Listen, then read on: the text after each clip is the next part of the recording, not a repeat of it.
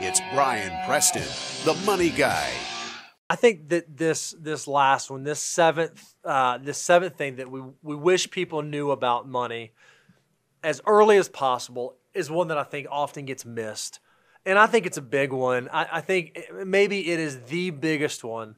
That when you truly begin to understand wealth and understand wealth building and understand the financial journey that you're on, you will come to the realization that really money is just a tool. Yeah.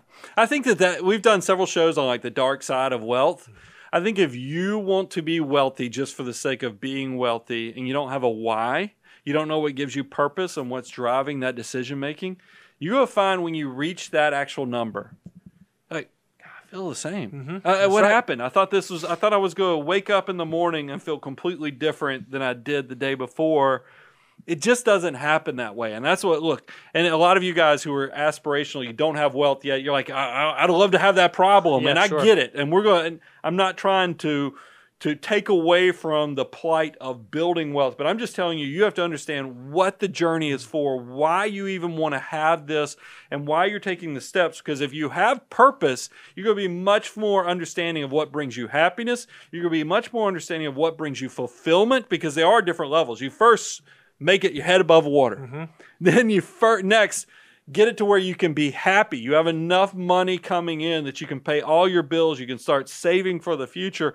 And then it's only to that point that you reach financial independence and then reach fulfillment. We like to talk about it all the time. Is you often hear people talk about in practical applications.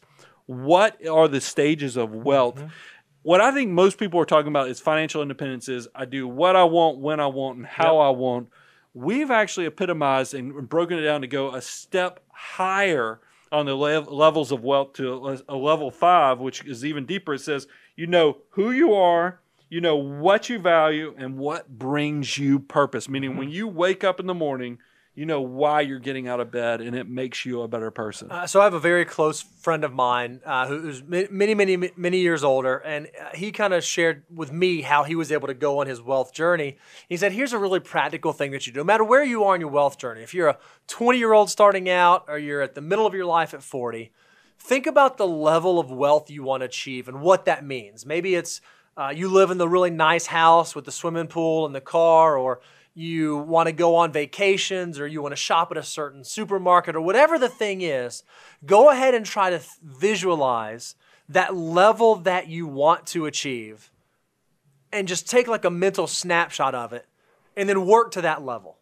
And keep reminding yourself that that's what you're working towards. I'm working to that level, that level, that level. So that when you get there, you don't feel like you have to keep going higher. You don't feel like you have to keep swimming upstream. Focus on getting to that level and be content there, focusing on those things that truly do bring you fulfillment, that truly do give you purpose. If you can do that, you're not going to find yourself in that place where you're constantly chasing the next achievement. Because we've talked to tons of wealthy people said, man, I had this goal. If I could just get my income to $50,000 a year, that would be, well, if I could just make 75, well, if I could just get my portfolio to 100, or if I could just hit 1 million, you will be amazed. If all you're chasing is the number and not the why behind the number, that number will just keep moving further and further and further away from you. The goalposts do constantly move. That's why we always talk about the struggle between fear and greed, is that there's this weird thing with human nature, and that's why I like you setting goals.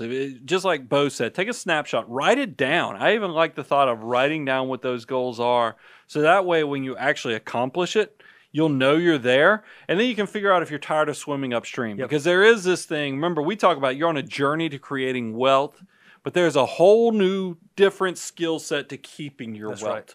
And that's the part, and it's not the easiest thing. Wealth is one of those slippery things. I've shared with you guys, yes, 80% of wealth of millionaires are first generation, but the sad stat is that by second, you have 70% have slipped away.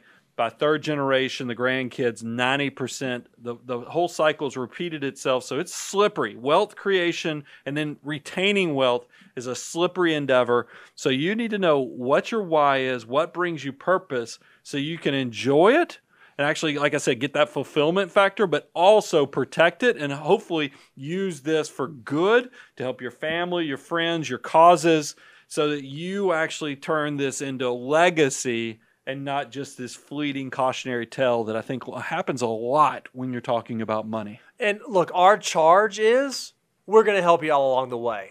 Not only do we want to help you figure out how to grow your wealth, how to move up towards financial independence and abundance, we want to help you figure out how to keep your wealth over the long term. That's why we make resources available like the show on YouTube, like the podcast. If you've not gone to our website yet, go to moneyguy.com/resources. We have tons of free deliverables out there for you, all the way from how to refinance my mortgage, to what questions to ask if I want to hire an advisor, to how do I get my young people excited about saving for the future, and everything in between. So if you've not had a chance to go check out our resource page, go to moneyguy.com/resources and make sure you're using those to help you on your wealth building journey. Yeah, and those resources are free. Yep. I mean, here's what I love about the free resources is that you're like, how does this even work? How can you guys keep loading us up? Look, this is the abundance cycle. You come learn, apply, grow, reach that level of success. It's going to happen. I can plant seeds. Bo can plant seeds. You're growing great big live oaks. Go have all this beautiful tree-lined driveway there like you see in all of your dreams. It will happen, and you're going to go, wow, how did I get here? And you're going to remember, we planted those seeds with you, and that's when you'll graduate and take the relationship to the next level, and we'll be here. We're both young enough that we're going to make these dreams happen. We just appreciate you guys going on this journey. I'm your host, Brian Preston, Mr. Bo Hansen, Money Guy team, out.